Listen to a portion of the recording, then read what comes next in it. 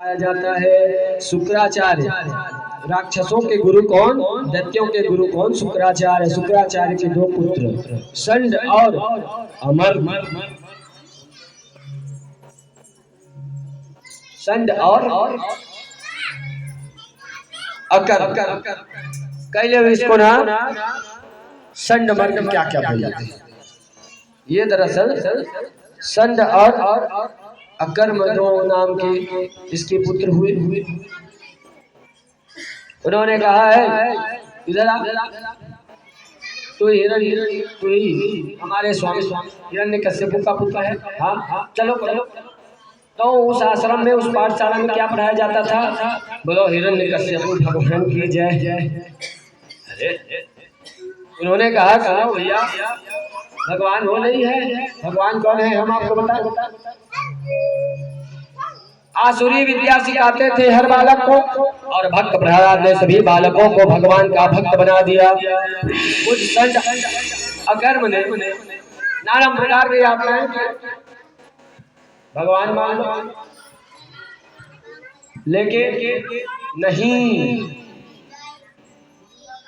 कई प्रकार के यातना देने का प्रयास किया उस पाठशाला में, लेकिन जो भगवान का भक्त होता है उसको कुछ नहीं कोई कर सकता। और जब यातना देने का प्रारंभ किए तब कई बार तो ऐसी भी कथा आती है। देखिए ये कथा अनेक पुराण 18 पुराण में आप पढ़ेंगे सुनेंगे, अलग अलग प्रकार से इस कथा को आपको श्रवण करने का अवसर मिल सकता है। देवी भागवत सुनेंगे तो उसमें अलग, पद्म पुराण में अलग, विष्णु पुराण में अलग, भागवत महापुराण में अलग, सब में कथा वही है। तो कई ऐसी कथा आती है कि जब भक्ति कर रहे थे तो वहीं पर एक मंदिर का निर्माण हुआ। मंदिर में जाकर के सारे बच्चे और सब भक्ति कर रहे थे, नारायण नारायण नारायण ऐसा। तो उस हिरण्यकश्यप ने नाना प्रकार के राक्षस भेजे, उस मंदिर को चुनवा दिया गया। फिर भी भगवान की भक्ति में बहुत ताकत है, भक्ति में बहुत शक्ति है। फिर भी उस बालक को कुछ नहीं हुआ। वहां पर जहां पर निवास कर रहे थे बालक, उसको भी कुछ नहीं हुआ। फिर उनके दोनों पुत्र शुक्राचार्य, उन्होंने यातना देने का प्रयास किया, भगवान ने उनका भी संहार कर दिया। फिर हिरण्यकश्यप को पता चला, हिरण्यकश्यप ने उसको यातना देना प्रारंभ किया। कैसी यातना, कभी पहाड़ से फेंकवाया, भगवान ने उसको फिर बचा लिया कमल पुष्प में। पहाड़ से फेंके तो भगवान के कमल पुष्प में जाकर के भगवान किया।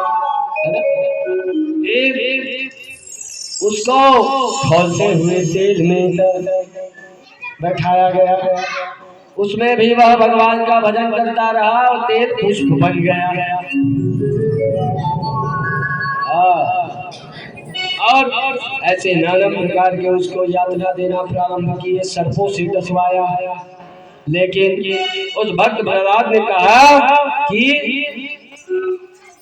तू भी काला और मेरा श्याम भी काला, इसलिए तू भी तो मेरा श्याम है। और सारे सर्प को अपने गले में धारण कर लिया और वह सारा सर्प गायब हो गया और वहीं पर वह भगवान का दर्शन कर लिया। ऐसे भक्त उसके उपरांत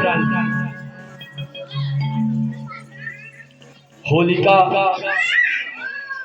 उनकी बहन थी। उन्होंने कहा आप कहाँ परिश्रम में लगे हैं, मुझे ब्रह्मा जी से वरदान प्राप्त है।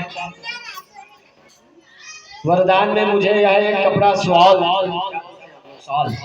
वो प्राप्त है, मैं उसको ओढ़ करके बैठ जाऊंगी और भक्त प्रहलाद जल करके भस्म हो जाएगा और मैं बच जाऊंगी। क्यों?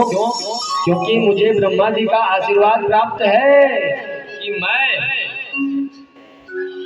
ब्रह्मा जी ने खुद कहा है कि तुम अगर अग्नि में भी कहीं तुम इसको ओढ़ करके कहीं